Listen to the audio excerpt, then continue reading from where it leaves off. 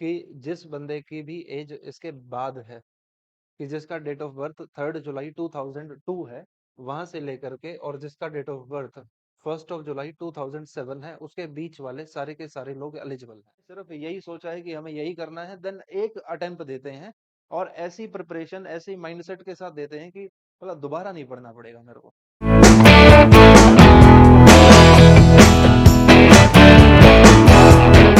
Guys once again welcome to in depth classes. एंड आज हम लोग जो इस वीडियो में बात करने वाले हैं वो बात है अबाउट सीडीएस एग्जामिनेशन, कि अगर मेरे को सीडीएस एग्जामिनेशन देना है तो मेरा माइंडसेट क्या होना चाहिए, मेरे अंदर वो क्या क्वालिटीज होनी चाहिए जो मेरे को देश की 99.99% जनता से अलग करेंगी। यार, काम हर कोई कर रहा है, काम हर कोई करना चाहता है, पर देश को जो सर्व करने की बात आती है, when you work for your country, it gives a next level of satisfaction. कि यार मैं कुछ ऐसा करना चाहता हूँ कि जिससे मतलब एक होता है कि सिर्फ आप बॉडी की सेटिस्फेक्शन के लिए बात कर रहे हैं कि बस खाना मिल रहा है, टाइम पास हो रहा है, चीजें हो रही हैं। एक नौकरी वो है, एक है जिससे हमें सोल सेटिस्फेक्शन मिलता है कि हाँ, मेरी लाइफ का कुछ पर्पस है, कि मैंने इस धरती पे जन्म लिया है तो कुछ इस धरती के का भी मेरे ऊपर कर्ज है, मैं उसको चुकाना चाहता हूँ। अगर ये थिंकिंग लेकर के प्रिपरेशन हो रही है कि हाँ भाई, मेरे को ये सोचना है, मेरे को ये करना है, मेरे को फौज ज्वाइन करनी है, तो एक रास्ता जो हमारे पास मिलता है after our graduation, it will B CDS examination. और उसी के बारे में मैं आज आप लोगों को बता रहा हूँ कि इसको कैसे प्रिपेयर करना है।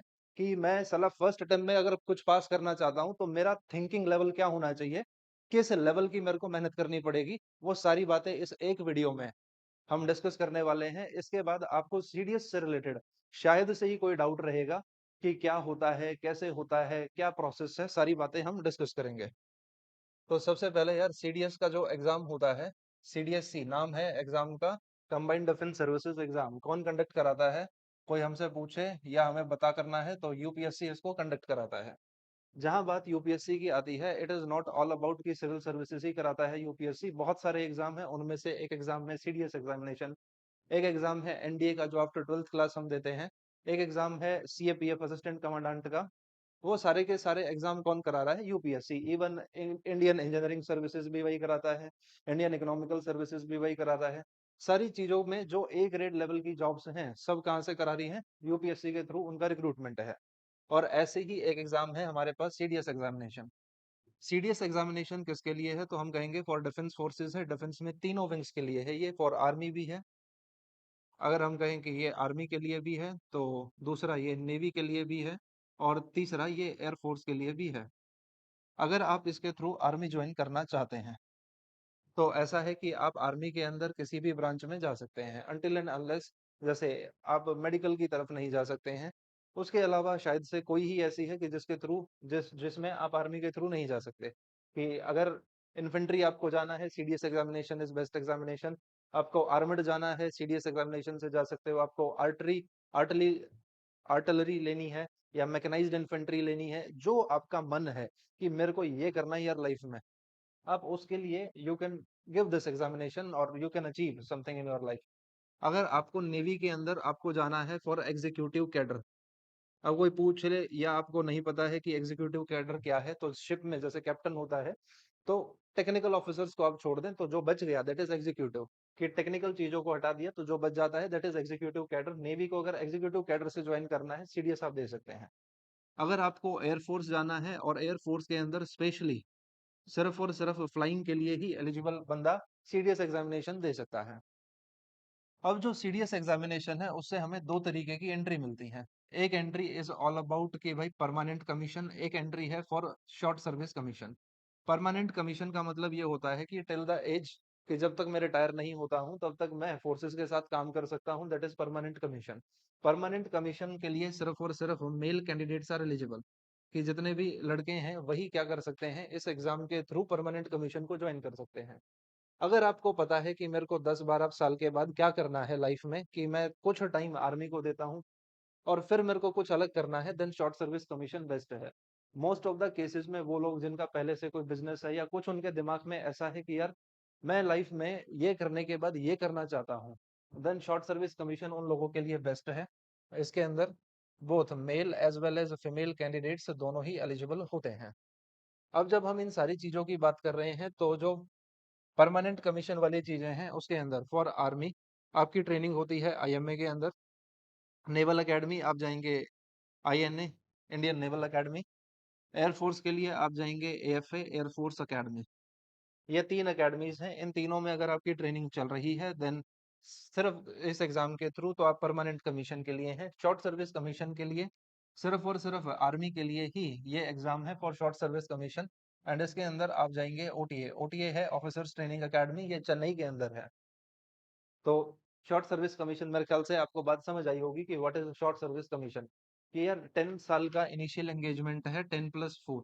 इसमें जब तक भाई तो रिटायर नहीं हो रहा है, कि 58 ईयर्स है, किसी में 60 है, 62 है, चांसेस ऑफ री एम्प्लॉयमेंट है, बहुत कुछ सारी चीजें हैं जो कि किसमें है, परमानेंट कमीशन में। मेजर डिफरेंस क्या है कि परमानेंट कमीशन में अभी pension is there, short service commission में पेंशन नहीं होती है। मेडिकल फैसिलिटीज वगैरह वो दोनों में ही मिल जाएंगी आपको। पर यहाँ थोड़ा सा चक्कर ज्यादा करते हैं इधर, ये सर्व द नेशन की। हाँ भाई, इसने सारी जिंदगी ही फौज के नाम की है, तो एक नेक्स्ट लेवल की रिस्पेक्ट भी मिलती है, दोनों ही तरफ मिलती है, ऐसा नहीं है कि उधर नहीं मिलेगी। मेन मुद्दा ये है कि अगर आप सिर्फ ये सोच करके जाना चाहते हैं कि भाई मैं एम्प्लॉयमेंट के बेसिस पे जाना चाहता हूँ इधर, तो मत जाओ भाई। आप छोड़ दो इस तैयारी को, आप कुछ और कर लो। अगर आप में जज्बा है, पैशन पैशन है, जुनून है कि यार मेरे को यही करना था लाइफ में, ये नहीं होगा तो मैं कुछ और करूंगा भी नहीं। ठीक है, एक्स वाई जेड की कोई मेरे को कहे कि यार यहाँ से अब डेस्क जॉब पे शिफ्ट हो जाओ, नहीं, वो हमारे बस की बात नहीं है। कि हमने सिर्फ यही सोचा है कि हमें यही करना है, देन एक अटेम्प्ट देते हैं, और ऐसी प्रिपरेशन, ऐसी माइंडसेट के साथ देते हैं कि मतलब दोबारा नहीं पढ़ना पड़ेगा मेरे को। ठीक है, एक और आखिरी, बार बार नहीं जाएंगे। जुनून इतना है तो फिर मेहनत भी उतनी करेंगे ना। आ गया हो, देखो जरा, जो एग्जाम का पैटर्न है, वो एग्जाम का पैटर्न कुछ ऐसा है कि अगर आप प्रिपेयर कर रहे हैं for permanent commission, that will be, अगर आपको आईएमए जाना है, आईएनए जाना है, या एएफए जाना है, देन एक क्राइटेरिया है। And for short service commission, जो कि सिर्फ फॉर ओटीए है, दोनों के एग्जाम में थोड़ा सा डिफरेंस है। जब आप इसके लिए अप्लाई करते हैं, तो आपका जो फर्स्ट एग्जाम है दैट विल बी इंग्लिश, कि इधर फर्स्ट एग्जामिनेशन इंग्लिश का होगा। इधर आपका जो सेकंड एग्जामिनेशन है that will be general studies, GS बोल देता हूँ इसको मैं। और जो लास्ट एग्जाम होता है इधर, दैट विल बी मैथमेटिक्स। अगर नंबर ऑफ क्वेश्चंस की बात करें, इसके अंदर 120 क्वेश्चंस हैं। जीएस में भी कितने क्वेश्चन हैं यार, 120 क्वेश्चन है। एंड मैथ्स में भी कितने हैं, इट विल बी 100 क्वेश्चन। अगर इसके मार्क्स बताएं तो ये 100 मार्क्स का है, ये भी 100 मार्क्स का है, और ये भी 100 मार्क्स है। क्या नेगेटिव मार्किंग होती है, तो कहेंगे yes, there will be negative marking, and it will be 1/3। तो टोटल का 1/3 क्या होगा, नेगेटिव मार्किंग होगी। यहाँ पे ईच क्वेश्चन कैरीज 1 मार्क्स, और इधर अगर आप मार्क्स कैलकुलेट करोगे पर क्वेश्चन, इट विल बी 0.87। अगर हम किसकी बात करते हैं इसके बाद, कि एग्जाम का लेवल कैसा रहता है। अगर एग्जाम के लेवल की मैं बात करूं, अगर आप अपनी नोटिफिकेशन डाउनलोड करेंगे, तो नोटिफिकेशन का जो पेज नंबर 19, 20 एंड 21 है, उसके ऊपर आपको क्या मिलेगा, हर साल इसी पे मिलता है भाई, इसके ऊपर सिलेबस डिफाइन करता है कि यूपीएससी, कि भाई ये एग्जाम जो बंदे दे रहे हैं ना, ये वाला एग्जाम जो बंदे दे रहे हैं, उनके लिए मैंने एक पैटर्न डिसाइड कर दिया कि इस तरीके का पेपर होगा, ये लेवल होगा। तो सबसे पहले अगर हम इंग्लिश की बात करें, तो इंग्लिश जो है ये सबसे पहला ही एग्जाम होता है। अगर एग्जाम टाइमिंग्स की बात करें भाई, एग्जाम आपका शुरू हो जाएगा सुबह 9 बजे, और शाम को 6 बजे खत्म होगा। बीच में ब्रेक है, 3 एग्जाम है तुम्हारे। इंग्लिश के एग्जाम की बात करें तो ये सुबह 9 बजे शुरू होकर के 11 बजे ये खत्म होगा। इसके बाद आपका जीएस का एग्जाम होगा। जीएस का एग्जाम 12:30 से शुरू होकर के और 2:30 बजे ये खत्म होगा। अभी ये रिसेंट चेंजेस के अकॉर्डिंग मैं बता रहा हूँ आप लोगों को। अगर हम लोग बात करें मैथ्स के एग्जाम की, तो मैथ्स का एग्जाम थोड़ा डिले हो गया है, और ये 4 बजे से शुरू होकर के फिर 6 बजे ये खत्म होता है। अगर मैं सिलेबस की बात करूं कि इंग्लिश का सिलेबस क्या है, तो वो लोग एक बात कहते हैं कि भाई एक इंडियन ग्रेजुएट जो किसी इंडियन यूनिवर्सिटी से पास आउट हुआ है, उसको जो लेमैन इंग्लिश आनी चाहिए। कि ऐसा नहीं है कि आपको बोलनी या फराटेदार अंग्रेजी आनी चाहिए, आपने ऑक्सफोर्ड की डिक्शनरी रटी हुई हो, वो नहीं चाहिए उन्हें। उन्हें क्या चाहिए कि यार काम चल जाए। ठीक है, और उसके अंदर कुछ एक पर्टिकुलर टॉपिक्स हैं जिनको हम बारी बारी से हर एक सब्जेक्ट की जब वीडियो लेके आएंगे ना, कि भाई इसको ऐसे टैकल करें या इसको ऐसे टैकल करें। अभी मैं थोड़ा सा आपको ब्रीफ में बता रहा हूँ कि इसके अंदर एक पूरा पोर्शन जो है अच्छा खासा, वो रीडिंग का पोर्शन है। कि रीडिंग सेक्शन, जैसे कंप्रीहेंशन है, सेंटेंस रीअरेंजमेंट है, पीक्यूआरएस है, तो इस तरीके के क्वेश्चन आपको कंप्रीहेंशन पैसेज से रिलेटेड क्वेश्चन आपको देखने को मिलते हैं। एंड रीडिंग को डेवलप करने का एक ही तरीका है, स्टार्ट रीडिंग न्यूज़पेपर। न्यूज़पेपर सिर्फ इधर काम नहीं करेगा, वो आपको जीएस में भी काम करने वाला है। कैसे करेगा कि यहाँ पे न्यूज़पेपर से आपका रीडिंग सेक्शन अच्छा हो रहा है, आपका वोकैब सुधर रहा है, और यहाँ पे आपका क्या प्रिपेयर हो जाएगा, करंट अफेयर्स प्रिपेयर हो जाएंगे। रीडिंग सेक्शन के बाद एक अच्छा खासा सेक्शन इसके अंदर ग्रामर का भी है। ग्रामर वही है बेसिक, ये स्पॉटिंग एरर्स आपको पता हो, नाउन क्या है, प्रोनाउन क्या है, आर्टिकल्स क्या है, कंजक्शन क्या है, मोडाल क्या है, ऑक्सिलरी वर्ब्स क्या है, फ्रेजल वर्ब क्या है, प्रीपोजिशन कैसे यूज करनी है, उन सब के ऊपर बेस्ड ये सारी चीजें हैं। यहाँ से कुछ एक क्वेश्चन बनते हैं, अच्छे खासे क्वेश्चन है, जैसे क्लोज टेस्ट है। क्लोज टेस्ट का जो क्वेश्चन आता है, आप इसके लिए इसको प्रिपेयर कर सकते हैं। इसके अलावा एरर्स का जो पार्ट है कि 10 से कभी कभी 10 क्वेश्चन भी आए हैं एरर्स के, आप पीछे वाले पेपर्स में देखेंगे तो उधर नियरली 20 क्वेश्चंस भी आते थे पहले। रिपोर्टेड स्पीच है, रिपोर्टेड वर्ब है, एक्टिव वॉइस, पैसिव वॉइस, वो सारी चीजें ग्रामर का सेक्शन क्या करेगा, आपका कवर करेगा। और थर्ड जो सेक्शन अपने पास बचता है, दैट विल बी वोकैब, कि यार वोकैब एक अच्छा खासा रोल प्ले इस बार से उसने करना शुरू किया। अगर इस बार का भी आप एग्जाम देखेंगे तो वोकैब अच्छी खासी थी, बढ़िया वोकैब थी। जो वोकैब के अंदर फंस गया उसका पेपर हो गया बुरा। आपको तीनों ही चीजें, जितने भी पोर्शन है एग्जाम के, मेनली ब्रॉडर वे में ये तीन चीजें हैं हमारे पास, तीनों पे ही बराबर फोकस करें। रीडिंग सेक्शन में स्कोर करना आसान है, इजी है, तो इसके ऊपर थोड़ा ज्यादा ध्यान दो भाई। ग्रामर के अंदर रूल्स हैं, रूल्स के अलावा अगर आप डेली यूज में चीजें जो आ रही हैं, जो वर्ड्स आते हैं, उनको भी अगर अच्छे से प्रिपेयर करेंगे, देन वो क्या धीरे धीरे आपकी सुधरने लगेगी। एक तरीका मैंने आपको बता दिया कि आप क्या ले लो, कोई भी न्यूज़पेपर ले लो यार, कि न्यूज़पेपर से तुमने पढ़ना शुरू किया और चीजें धीरे धीरे अपने आप ठीक होती तुम्हें दिखाई देंगी। 10 दिन, 15 दिन, 20 दिन के बाद चीजें अच्छी लगने लगेंगी। अगर जीएस की बात करें तो जीएस के अंदर भाई काफी सारे सब्जेक्ट हैं। पहले तो हम सब्जेक्ट देखते हैं क्या क्या है। सबसे पहले हिस्ट्री है, हिस्ट्री के बाद ज्योग्राफी है, ज्योग्राफी के बाद अपने पास पॉलिटी है, पॉलिटी के बाद वी हैव इकोनॉमिक्स, इकोनॉमिक्स के बाद we have current affairs, current affairs के बाद आप अगर चाहें तो एनवायरनमेंट को भी पढ़ सकते हैं। एनवायरनमेंट के बाद वी हैव साइंस, साइंस के अंदर फिजिक्स है, केमिस्ट्री है, बायोलॉजी है, कुछ एक क्वेश्चन रिलेटेड टू डिफेंस वो भी आपको देखने को मिलेंगे। ब्रॉडर वे में, पर्सपेक्टिव में, ये चीजें हैं जो आपको पढ़नी है। अब जब इसके सिलेबस को डिफाइन करता है ना, तो यूपीएससी ने क्या कहा, यूपीएससी ने कहा कि भाई कोई सिलेबस नहीं है हमारे पास। करना क्या है, करना ये है, यूपीएससी ये कहता है कि एक इंडियन ग्रेजुएट को जितना इंडिया के बारे में अवेयरनेस होनी चाहिए, वो सब सिलेबस है, उसने यही बोला है। अब देखेंगे, नोटिफिकेशन डाउनलोड करो और उसको खोल के देखो कि यार सिलेबस तो उसने बताया ही नहीं। फिर जो कोचिंग हमें पढ़ा रही है, तो वो पढ़ा किस बेसिस पे रही है, कि ये सवाल आएगा, ये नहीं आएगा, किस बेसिस पे उन्होंने डिसाइड किया कि ये पढ़ना है और ये नहीं पढ़ना है। एक बार सोच के देखो, तुम खुद से सोचो।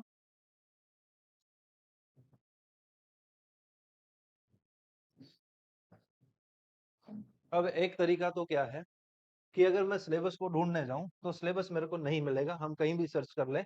हर कोई क्या कहता है कि आप एक काम करो, आप पीवाईक्यूज उठाओ और उन पीवाईक्यूज के अंदर ये देखो कि कौन कौन से टॉपिक से क्वेश्चन आया है। उसी को हम लोगों को क्या बोल के बेच दिया, सिलेबस बोल के बेच दिया कि यही सिलेबस है। नहीं भाई, वो सिलेबस नहीं है, वो सिर्फ पीवाईक्यू है। प्रीवियस ईयर से पेपर में क्वेश्चन नहीं पूछा, वापस से उस टॉपिक से किसी नए टॉपिक से क्वेश्चन पूछ लिया, फिर किधर जाओगे। तो पहली और आखिरी बात मैं तुम्हें ये कहूंगा कि भाई कुछ भी छोड़ के मत जाना। हिस्ट्री अगर पढ़नी है तो कंप्लीट हिस्ट्री पढ़नी है। ऐसा नहीं है कि ये छोड़ देता हूँ, ये पढ़ लेता हूँ, कि मैं एंशियंट हिस्ट्री छोड़ देता हूँ, वहां से तो क्वेश्चन आता नहीं है, मेडिवल हिस्ट्री छोड़ देता हूँ, मॉडर्न मॉडर्न पढ़ जाता हूँ। नहीं भाई, समझो इस बात को कि अगर सिलेक्शन लेना है तो हर एक चीज पढ़ी होनी चाहिए। आप भले ही पूरा ना पढ़ो, आप पीएचडी मत करो टॉपिक के साथ, पर दिक्कत यह है कि हम करने लग जाते हैं पीएचडी। एक हिस्ट्री का स्टूडेंट है, वो हिस्ट्री हिस्ट्री पढ़े जा रहा है। एक साइंस का स्टूडेंट है, वो सिर्फ साइंस साइंस पढ़ के ये सोच रहा है कि पेपर तो ऐसे ही निकल जाएगा। नहीं निकलेगा भाई, नहीं निकलेगा। लिख के दे रहा हूँ, जिसका एक भी सब्जेक्ट वीक रह गया ना भाई, नहीं निकलेगा पेपर। आप स्कोर कर लोगे, आपके अंदर वो डिसिप्लिन नहीं होगा, क्योंकि ये चीजें आगे काम आएंगी जब आप एसएसबी इंटरव्यू जा रहे हो। अगर आपको डिबेट करना है, डिबेट करना है किसके ऊपर, कि एएसआई आजकल जो कर रहा है वो सही कर रहा है या गलत कर रहा है। या लेक्चरेट आ गया आपका एएसआई के ऊपर, हिस्ट्री आती नहीं है आपको, पता नहीं है एएसआई क्या है, वो करता क्या है, कहाँ से हो जाएगा, नहीं होगा। अब फार्मर बिल्स हैं, जब तक आपको ये नहीं पता होगा कि भाई क्रॉप्स क्या है, किस जगह पे किस तरीके का मटेरियल यूज होता है, किस मिट्टी में कौन सी चीजें उगती हैं, कैश क्रॉप से क्या है, आपको समझ में नहीं आएगा कि फार्म बिल क्या थे। अगर कोई कहता है कि भाई पीएम को ये करना चाहिए, पीएम को वो कर देना चाहिए, पीएम ऐसा है, पीएम वैसा है, अरे भाई पॉलिटी पढ़ो जा करके, पहले पहले लक्ष्मीकांत में मारो माथा कि पता हो कि इंडिया की एडमिनिस्ट्रेटिव काम कैसे करता है, एडमिनिस्ट्रेटिव स्ट्रक्चर पता कुछ है नहीं। आधी जनता कहती है एमपी का टेन्योर कितना है, 2 साल का है जी, भाई मर जाओ डूब के। ऐसे ऐसे लोग भी देखे हैं मैंने जिनको ये नहीं पता कि एमपी का टेन्योर कितना है। भाई तो कुछ भी नहीं छोड़ सकते, एटलीस्ट जब सब पढ़ लोगे इतना दिमाग आ जाएगा कि कोई बेवकूफ तो नहीं बना पाएगा तुम्हें। जब हम मैथ्स की बात करते हैं, मैथ्स का सीधा सीधा सिंपल सिलेबस डिफाइन है भाई। एक ही चीज का सिलेबस डिफाइन है पूरी की पूरी नोटिफिकेशन में, दैट इज मैथमेटिक्स। अगर लेवल कोई पूछे कि लेवल क्या आता है, do not compare it with SSC, कि हमने एसएससी के लिए पढ़ रखा है हो जाएगा, नहीं होगा भाई। ठीक है, एसएससी के लिए अप्रोच अलग है, यहाँ पे कॉन्सेप्ट की अप्रोच है। एसएससी में 6 घंटे बाद पेपर नहीं हो रहा है मैथ का। यहाँ पे देखो कि 9 बजे पेपर शुरू हुआ है, पेपर मैथ का जा करके 4 बजे हो रहा है। घर से निकले हुए हो गए 8 बजे के, 6 बजे के, 8:30 रिपोर्टिंग टाइम होता है। इस टाइम तक दिमाग थक जाता है। ठीक है, यहाँ पे चीजें पूछी जाती हैं किससे, सबसे ज्यादा एडवांस मैथ से। 4 टॉपिक बता रहा हूँ भाई, चारों से भर के सवाल आते हैं। सबसे पहले है ज्योमेट्री, दूसरा है एलजेब्रा, एलजेब्रा के बाद है मेंसुरेशन, मेंसुरेशन के बाद है ट्रिग्नोमेट्री, और फिर पूरा का पूरा नंबर सिस्टम। कहने के लिए नाम नाम एग्जाम का है एलिमेंट्री मैथमेटिक्स, अच्छे खासे क्वेश्चन पूछता है, कॉन्सेप्ट क्लियर नहीं है नहीं होगा सवाल। इसके अलावा अर्थमेटिक की भी चीजें आती हैं पर उतनी नहीं आती हैं। अगर मैं ये कह दूं कि यहाँ पे 70 to 80% सिलेबस जो है वो इधर है, तो उसमें कोई गलत बात नहीं है कि यहाँ पे 20 से 30% ही सिलेबस है। कि अगर टोटल 100 क्वेश्चन आ रहे हैं तो 70 इन 4-5 टॉपिक से हैं, और बचे हुए 25-30 क्वेश्चन इधर से हैं, अर्थमेटिक से हैं। अर्थमेटिक का सिलेबस एकदम सेम है किसके साथ, जो भी तुम्हारा एफकेट में आता है। तो एफकेट का मैथमेटिक्स इसके साथ ओवरलैप करता है। मेरे ख्याल से सिलेबस डिस्कशन की अब जरूरत है नहीं, मैंने तुम्हें बता दिया है ये टॉपिक्स हैं। हर किसी को पढ़ना है, एक भी टॉपिक छोड़ के मत जाओ। भाई ना तुम्हारा रिश्तेदार बैठा है उधर, ना मेरा बैठा हुआ है यूपीएससी में, जो मैं तुम्हें कह दूं कि ज्योग्राफी छोड़ दो काम चल जाएगा, इकोनॉमिक्स छोड़ दो काम चल जाएगा। इकोनॉमिक्स छोड़ दी, तुम्हें समझ में ही नहीं आएगा कि 90% करंट अफेयर किधर है, इकोनॉमिक्स में है। अब किसी को ये पता ही नहीं है कि आरबीआई क्या काम करता है, उसको घंटा समझ में आने वाला है कि इन्फ्लेशन क्या है। तो समझ में आएगा कि शेयर मार्केट इतना अप डाउन क्यों हो रही है। उसको समझ में आएगा ही नहीं, ट्रंप का न्यूज आती है ट्रंप ने टैरिफ बढ़ा दिया, तो टैरिफ का मतलब तो जान ले मेरे भाई। बस हमने रट रखा है, सुन लिया, सोशल मीडिया पे देख लिया, इंस्टाग्राम पे देख लिया, ट्रंप ने ये कर दिया उसकी वजह से oh my God share market नीचे आ गया। भाई पहले जानो चीजों को, ये बेसिक बेसिक सी चीजें हैं जो एग्जाम पूछना चाहता है, वो मानते हैं, वो सोचते हैं कि तुम्हें इतना पता होगा, इसीलिए वो सारी चीजें सिलेबस का पार्ट है। अब एक दिक्कत तो सबसे बड़ी ये है कि भाई एक बंदा जो कॉमर्स वाला है या आर्ट्स वाला है, वो तो साइंस पढ़ के ही नहीं जा रहा है। उसको ये लग रहा है कि बहुत ही मुश्किल है। अरे भाई बीइंग मैकेनिकल इंजीनियर, अगर मेरे को पता है कि लेजर कैसे बनती है, इंडियन इकोनॉमिक्स कैसे काम करती है, बैलेंस शीट क्या है, ट्रायल बैलेंस क्या है, लेबर लॉज क्या है, कंपनी एक्ट क्या है, भाई ये तुम्हें पढ़ने में क्या दिक्कत है। लेवल क्या है पेपर का, पेपर का लेवल है अप टू 10th क्लास। अरे छठी से 10वीं तक की एक बार तो एनसीईआरटी पढ़ो, एटलीस्ट एक बार पढ़ो, तुम्हारे 80% क्वेश्चन एग्जाम के सॉल्व हो जाएंगे। पर पढ़े कौन, पढ़ना तो कोई चाहता ही नहीं है तुम में से। चलो खैर उसको छोड़ो, थोड़ा सा आगे बढ़ेंगे। देखो जरा, मैंने तुम्हें पेपर का पैटर्न समझा दिया है कि इस तरीके से ये काम होता है। अगर तुम इन तीनों के लिए अप्लाई कर रहे हो तो ये तीनों ही चीजें पढ़नी कंपलसरी है। तीनों एग्जाम में अपीयर होना है for permanent commission. If you are going for OTA कि यार ठीक है मैं 10-12 साल के लिए नौकरी करना चाहता हूँ, देन आप सिर्फ क्या पढ़ो, इंग्लिश के ऊपर कमांड तैयार करो एंड जीएस। ये दो ही हैं, आपकी कट ऑफ जो है वो आउट ऑफ 200 डिसाइड होगी। जो पीसी वाले हैं उनकी कट ऑफ क्या होगी, आउट ऑफ 300। अगर मैं तुम्हें कहूँ कि भाई कौन कौन किस किस चीज के लिए एलिजिबल है, तो एक बात ये है कि आर्मी के लिए आपकी ग्रेजुएशन किसी भी चीज में है कोई फर्क नहीं पड़ता।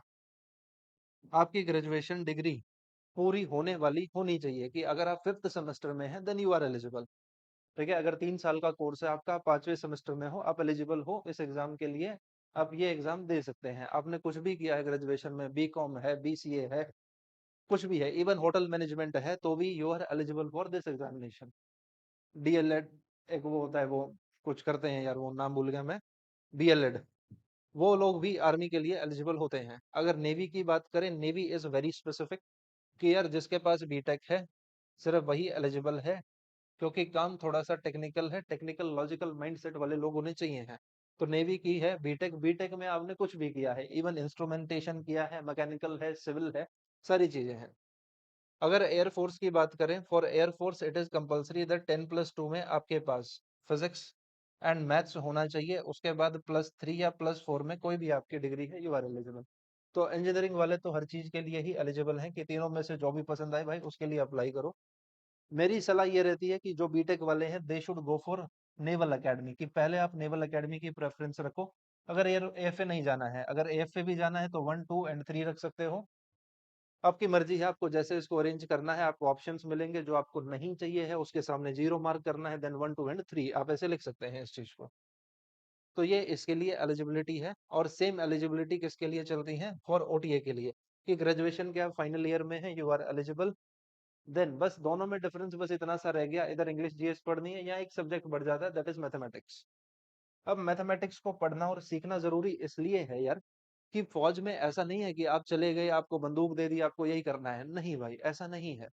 उधर क्या है, वहां जाकर के भी आपको जो भी आपको स्पेसिफिक चीज मिली है उसके अंदर जो यूज हो रहा है उसके लिए आपको कोर्सेज कराए जाएंगे।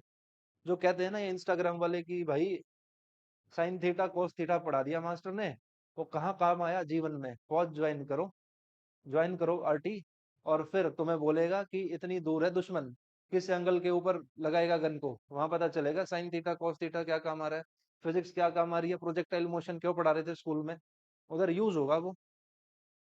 मोटार सेट करना है, सेट ही नहीं हो रहा है, पता ही नहीं है किस एंगल के ऊपर सेट करूं, क्या रेंज होगी, वो सब के लिए बेस ये है। ये बेस है, इतना क्यों पता होना चाहिए, बात समझ में आ गई होगी अब तुम्हें। चलो भाई, ये थी पहली बातें कि इतना इतना इतना तो ये करना है।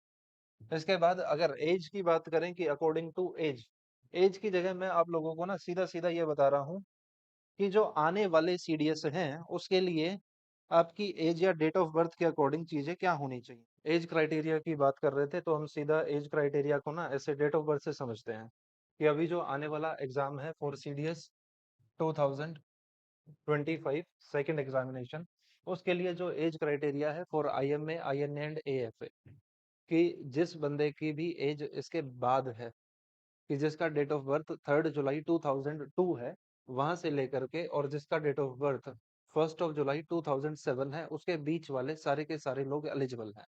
इससे पहले वाले जितने भी हैं वो एलिजिबल नहीं है, और इसके बाद वाले जितने भी हैं वो एलिजिबल नहीं है।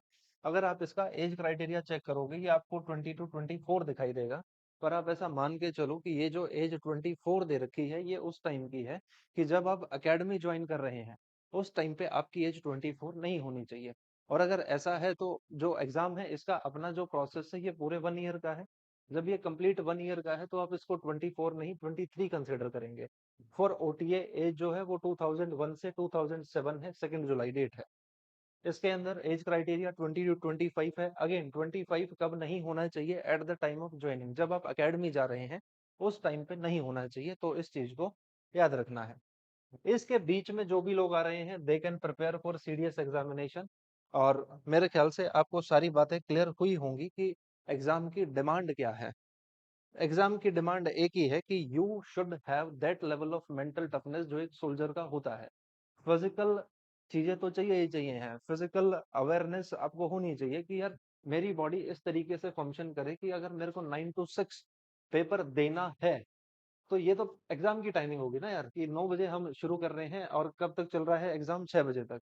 तो इतना तो हमारी सिटिंग कैपेसिटी होनी चाहिए, इतना हमारे अंदर फिजिकल स्ट्रेंथ होनी चाहिए कि इस लेवल के स्ट्रेस को हम लोग बॉडी के ऊपर ज्यादा हावी ना होने दें।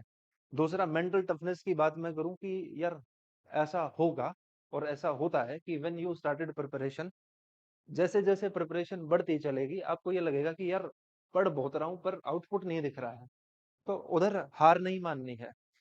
सबसे बड़ी जरूरी बात यह है कि शुरुआत अगर कर दी, कि मैंने एक प्लान डिसाइड किया कि मेरे को ये करना है, उसके बाद कोई कुछ भी कहता रहे, जो मेरी मर्जी है मैं उस अकॉर्डिंग काम करूंगा, उस अकॉर्डिंग मैं चीजों को पढ़ूंगा। दिमाग में ये रखना है कि यार इस बार लास्ट बार है, कि अब की बार पेपर निकालना ही निकालना है, इवन पेपर नहीं। ये जब तुम करने लगो ना यार, कि अगर तुम सपोज करो किसी की इंग्लिश वीक है, तो इसी टाइम पे प्रिपेयर करो ना इंग्लिश को, कि 9 से 11 मेरे दिमाग की आदत हो जाए कि मेरे को 9 से 11 इंग्लिश ही दिखेगी, इंग्लिश ही मैं पढ़ूंगा और इंग्लिश का ही एग्जाम होगा। माइंड की कंडीशनिंग करो इस तरीके से कि फॉर इंग्लिश 9 टू 11 ब्रेन जो है वो सिर्फ इंग्लिश के रूल्स रिवाइज कर रहा है, वो वोकैब को सीख रहा है 9 टू 11। वहीं जाकर के पेपर में 9 टू 11 पे ही तो परफॉर्म करना है आपको। Then take a break, break लेना है, ब्रेक लो यार, इस टाइम पे तुम जीएस पढ़ो, इस टाइम पे तुम मैथ्स पढ़ो। 6 बजे के बाद अपना जिम जाओ, कुछ भी करना है, मेडिटेशन करना है, जिम जाना है, जो भी तुम्हारा मन करता है आफ्टर 6। और एक बात तुम्हें दोबारा से बता रहा हूँ कि भाई 100 दिन पढ़ना है, तुम आज से पढ़ लो, पेपर के बाद पढ़ लेना, पेपर से पहले पढ़ लेना। अगर आज से पढ़ोगे, जो थोड़ा सा वीक है, जो सब्जेक्ट वीक है उसके लिए टाइम बढ़ा दो। जो तुम्हारा अच्छा है, जीएस अगर अच्छी है, जीएस के लिए टाइम कम करो, इंग्लिश के लिए बढ़ा दो, मैथ्स के लिए बढ़ा दो। मैथ्स अच्छा है, जीएस पे फोकस करो, इंग्लिश पे फोकस करो। पर माइंड की कंडीशनिंग ये होनी चाहिए, my mind will be fully functional between 9 to 11, 12:30 to 2:30 and 4 to 6। इसी टाइम पे मॉक टेस्ट देने हैं, इसी टाइम के ऊपर प्रिपरेशन करनी है। पेपर में सिलेक्शन का एक ही तरीका है, it will B practice practice practice. कि अगर मैं 5,000 क्वेश्चन सॉल्व करके जा रहा हूँ, कोई हो ही नहीं सकता मेरे को साला पेपर से पहले मेरे को ये कह दे कि तेरा नहीं होगा। मेरे को खुद से लगेगा यार पेपर में कुछ भी आ जाए, बच क्या गया, कुछ नहीं बचा। मैं हर एक टॉपिक को इतना डेप्थ में पढ़ूंगा कि यार मैं तुम्हें एक बात बताता हूँ, मेन जो है पेपर पास करना नहीं है, एक वो डिसिप्लिन्ड लाइफ बनाना, कि जिसमें फंक्शनल रहें चीजें, जिसमें चीजें हेक्टिक लगनी बंद हो जाएं। शुरुआत में दिक्कत होगी, तुम्हें लगेगा कि यार इतना नहीं होगा मेरे से, ठीक है, पर it will be again test of your patience. कि सोल्जर माइंडसेट क्या कहता है कि ठीक है, या तो मैं मर जाऊंगा या काम हो जाएगा, ठीक है। और पढ़ाई करते हुए किसी की मौत नहीं हुई आज तक, ठीक है भाई। तो मेरे ख्याल से ना अब ज्यादा मेरे को बोलने की जरूरत है नहीं कि तुम्हें क्या करना है।